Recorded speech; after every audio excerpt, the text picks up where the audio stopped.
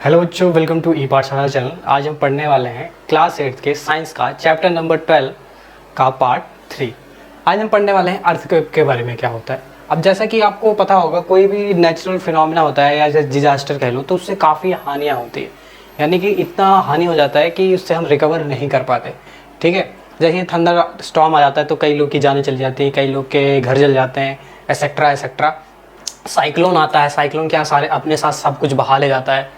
ठीक है, तो ये क्या होता है कि इसमें से सबसे बड़ा जो है, जिसको हम प्रेडिक्ट नहीं कर सकते, यानी कि हम उसको पता नहीं लगा सकते कब आएगा, वो है अर्थक्वेक। कौन सा है? अर्थक्वेक।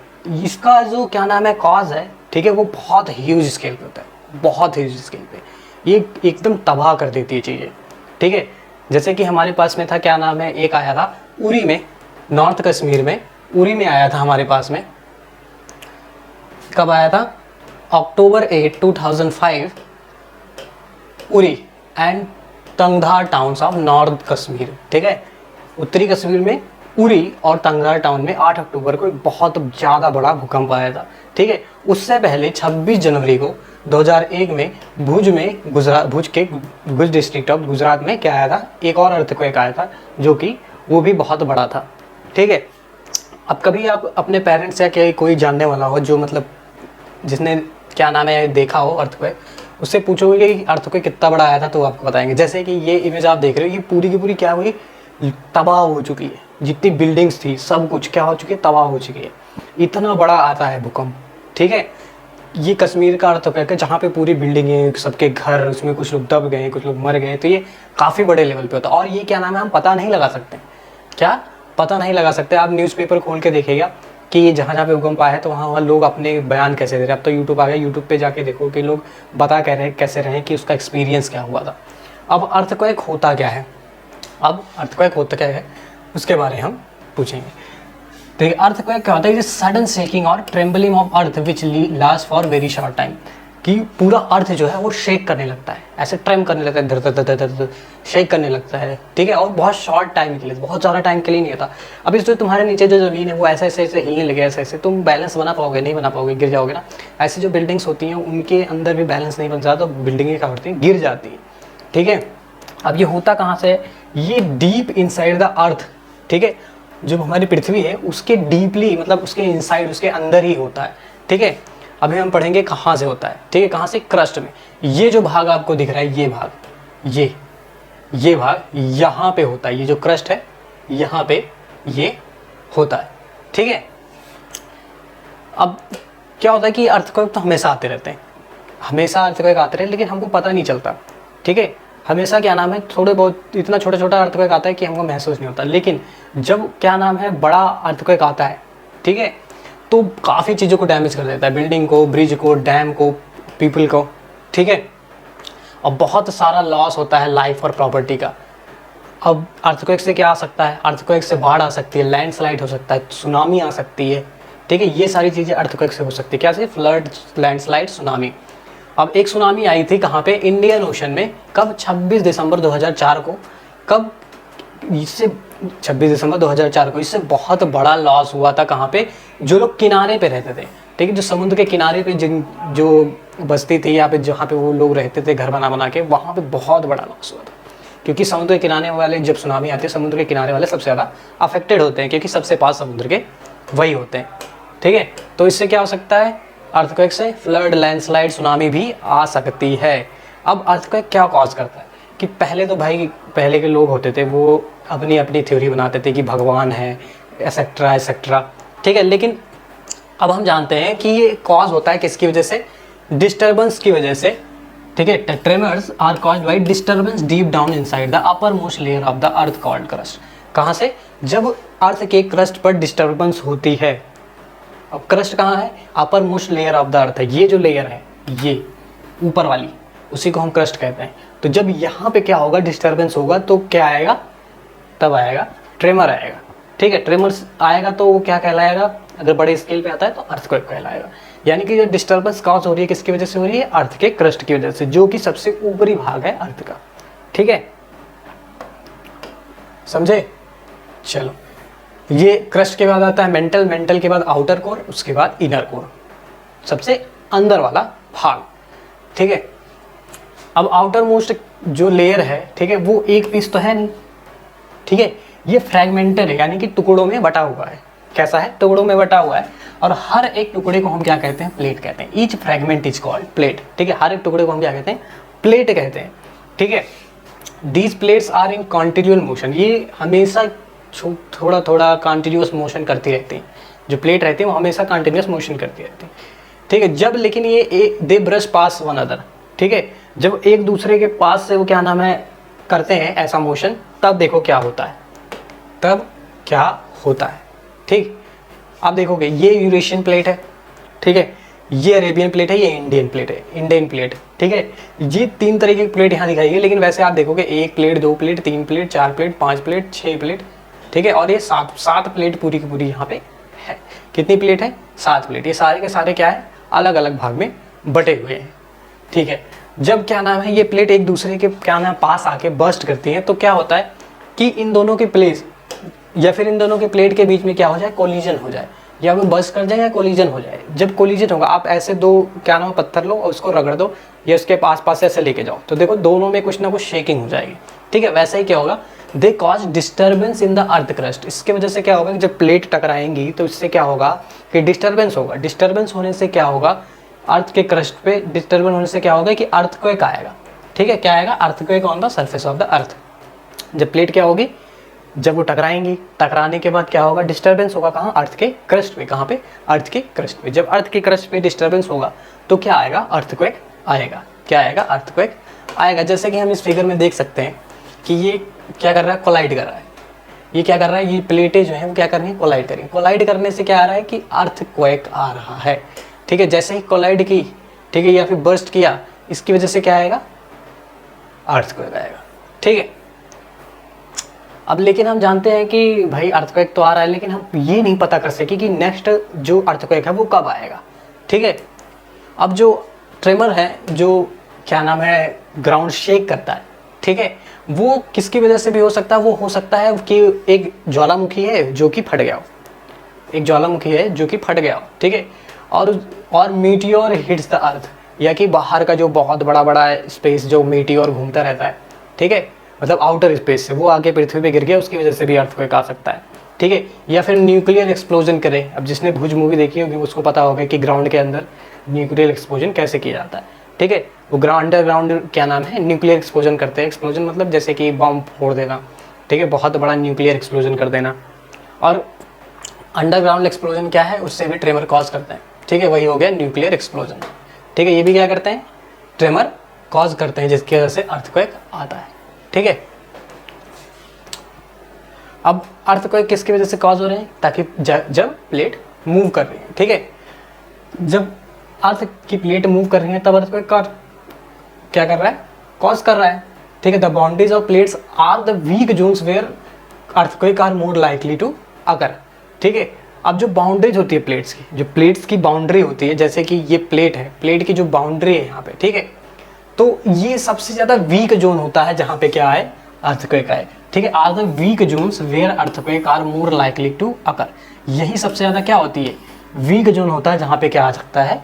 अर्थक्वेक आ सकता है, ठीक है। The weak zones are also known as seismic और फॉल्ट जोन। जो वीक जोन होता है उसी को हम क्या कहते हैं? सिस्मिक और फॉल्ट जोन्स भी कहते हैं। यानी कि बाउंड्री है, अब जो प्लेट होगी वो बाउंड्री से ही तो टकराएगी, तो यानी कि वो वीक जोन होगा। वीक जोन ही क्या होगा? वो वही क्या है? अर्थक्वेक कॉज करेगा, ठीक है। और वही वीक जोन को हम क्या कहते हैं? सिस्मिक और फॉल्ट जोन कहते हैं, ठीक है। अब हमारे यहाँ ऐसा एरिया कौन सा है? ठीक है, मोर थ्रेटेड एरिया है कश्मीर, ठीक है। वेस्टर्न एंड सेंट्रल हिमालय, जो पश्चिमी और क्या नाम है मध्य हिमालय है, उसमें भी ये क्या नाम है आ रहा है। कहाँ? मोस्ट थ्रेटेड जोन में, जो सबसे ज़्यादा खतरे में है, ठीक है। और पूरा north east run of Kutch, Rajasthan, ठीक है, इंडो गंगेटिक प्लेन और क्या साउथ इंडिया का कुछ पार्ट कहाँ पे आ रहा है? डेंजर जोन में आ रहा है। कौन कौन सा?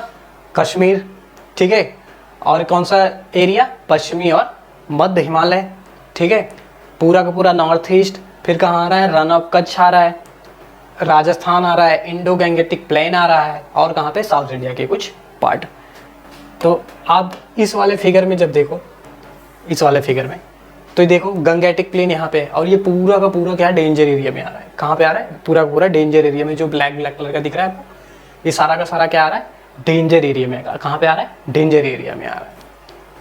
अब अर्थक्वेक को नापते कैसे, कि ये भैया इसका कोई स्केल बना होगा, जैसे हम मीटर को नापते हैं, जैसे लेंथ को नापते हैं, तो क्या हम बनाते हैं, एक स्केल बनाते हैं कि यार इतने सेंटीमीटर है, इतने मीटर है। तो अर्थक्वेक को नापा कैसे जाए, ठीक है, अर्थक्वेक को नापते हैं रिक्टर स्केल से। किससे, Richter scale. The power on earthquake is expressed in the terms of magnitude of scale called Richter scale. Richter scale से हम क्या करते हैं, उसको नापते हैं। अब जो 7 से, जिसका मैग्नीट्यूड 7 से ज़्यादा रहेगा, ठीक है, बहुत डिस्ट्रक्टिव अर्थक्वेक रहेगा। यानी 7 से ज़्यादा अगर किसी का, अगर 7 से ज़्यादा है तो क्या है, डिस्ट्रक्टिव है। क्या है, डिस्ट्रक्टिव है, ठीक है। और इससे कम है, 7 से कम है तो क्या होगा, less destructive.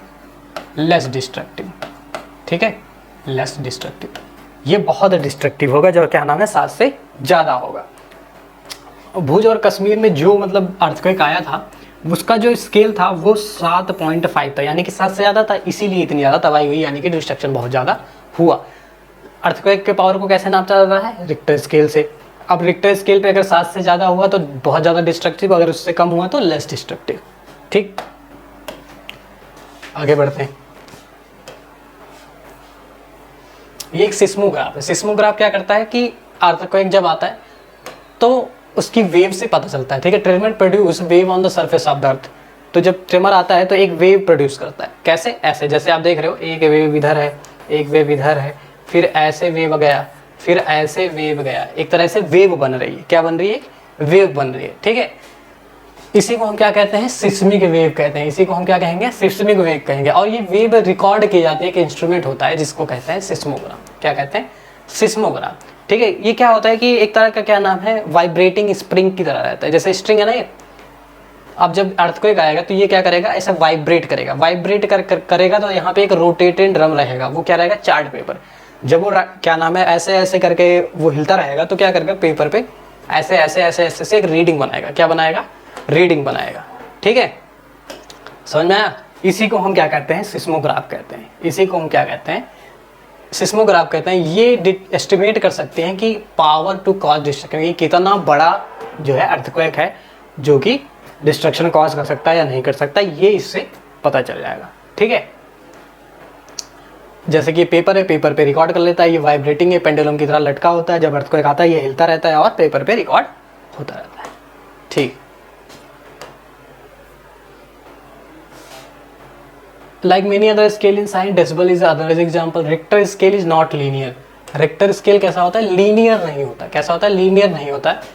This means the earthquake of magnitude 6 does not have 1.5 time the destructive energy of earthquake of magnitude 4.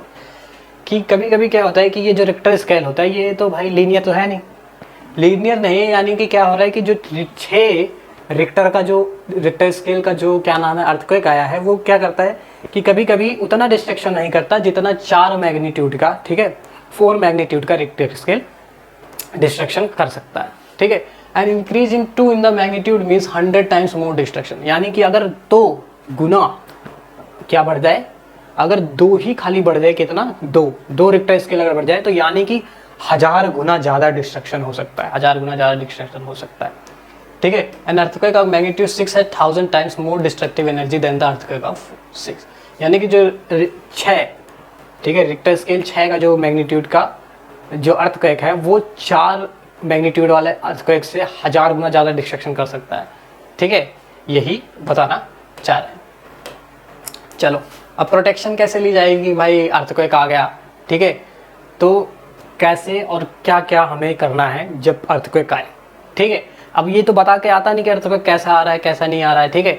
और हमको पता होना चाहिए कि हम कौन से सिस्मिक जोन में लाई करते हैं। जैसे कि हमने बताया कश्मीर, पश्चिमी और मध्य हिमालय और रन ऑफ कच्छ, राजस्थान, ठीक है, पूरा नॉर्थ ईस्ट रीजन। तो हमें क्या क्या करना चाहिए, कैसे कैसे करना चाहिए वो हमें पता चाहिए। जैसे कि क्वेक सेफ के लिए, ठीक है, क्या होता है, इसको क्या कहते हैं, क्वेक सेफ कर सकते हैं। क्वेक सेफ कहते हैं, किसको कहते हैं, क्वेक सेफ, जो हम क्या नाम है अर्थक्वेक से बचने के लिए बनाते हैं सेफ्टी।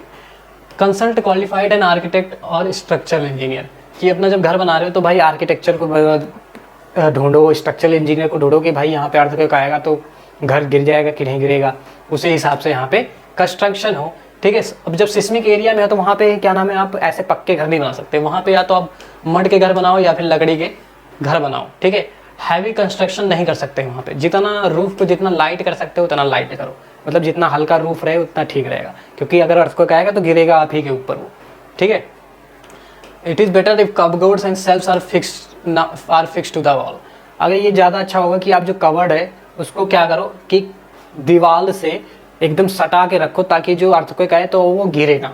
ठीक है, मान लो ऐसे रखा हुआ है, अर्थक्वेक आया और आज धम से आपके ऊपर ही गिर गया, तो ऐसा सटा के रखो कि अर्थक्वेक आने पे वो गिरे ना।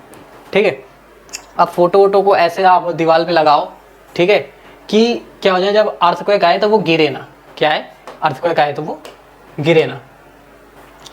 बिल्डिंग में catch fire due to earthquake. अब अर्थक्वेक की वजह से क्या बिल्डिंग फायर भी कैच कर सकती है कि भाई लाइट गिरा तो क्या हुआ कि बिजली चमकी तो भाई पकड़ लिया, या फिर आपके इलेक्ट्रॉनिक्स जो हो गए, लाइट आई हुई है तो उसकी वजह से स्पार्क्स से जल गए। ठीक है, तो फायर फाइटिंग इक्विपमेंट आपके पास रहना चाहिए ऐसे मौसम, ऐसे जगह पे, जैसे कि आपके पास फायर एक्सटिंग्विशर होता है कि आग लगी तुरंत आप बुझा दो। ठीक है, तो ये है कि आप जब घर बनाओ तो क्या क्या करके सोचना चाहिए। ठीक है, अब central building research institute Roorkee में है, उसने बताया कि कैसे क्वैक रेजिस्टेंस हाउस बनाया, कि अर्थक्वेक से लड़ने वाले हाउस बनाए ताकि अर्थक्वेक आए और घर को नुकसान ना हो। ठीक है, अब क्या क्या हमें करना चाहिए जब हम घर पे रहें, ठीक है, या क्या क्या करना चाहिए हम बाहर रहें। जब हम घर पे रहें, ठीक है, तो हमें टेबल के नीचे छुप जाना चाहिए। क्या है, टेबल के नीचे या फिर जो सॉलिड लकड़ी वाली चीज़ है बेड के नीचे छुप जाना चाहिए जब क्या नाम है अर्थक्वेक आए। जब तक छुपे रहना है जब तक वो हिलना डुलना बंद ना हो जाए अर्थ। ठीक है, और जितना भी टॉल और हैवी ऑब्जेक्ट है उससे दूर रहो। ठीक है, टॉल और हैवी ऑब्जेक्ट जैसे कबर्ड हो गया, एक्सेट्रा पेड़ हो गया, इनसे दूर ही रहो। ठीक है, अगर आप बेड पे हो तो आप उठो मत। ठीक है, आप अपने जो हेड को पिलो से ऐसे दबा लो, पिलो से दबा लो ताकि आपका सर बच जाए। ठीक है, अगर आप बाहर हो तो क्लियर स्पॉट ढूंढो। ठीक है, कहाँ से, बिल्डिंग से दूर, ट्री से दूर, आपके क्या नाम है पावर लाइन से दूर जो बिजली के तार जाते हैं, ताकि वो आपके ऊपर गिर ना सके। ठीक है, या फिर आप ग्राउंड पे ही लेट जाओ। ठीक है, अगर आप बस में और कार में हो तो आप बाहर मत निकलना। ठीक है, ड्राइवर से कहो कि जो गाड़ी है वो ऐसी जगह स्लोली लेके जाए, स्लोली ऐसी जगह जहाँ पे पूरा का पूरा क्लियर हो, जगह क्या हो, क्लियर हो, वहाँ पे कुछ भी मतलब ना हो, क्या हो, कुछ भी ना हो, ताकि वो बस पे और उस पे गिर सके। ठीक है, तो ये है कि जब आप घर में हो तो क्या क्या करना चाहिए, क्या घर में नहीं हो तो क्या क्या, बाहर हो तो क्या क्या करना चाहिए। तो अब ये आपका चैप्टर यहाँ पे ख़त्म होता है। मिलते हैं आपसे नेक्स्ट चैप्टर में। ठीक है, तब तक के लिए जय हिंद जय भारत।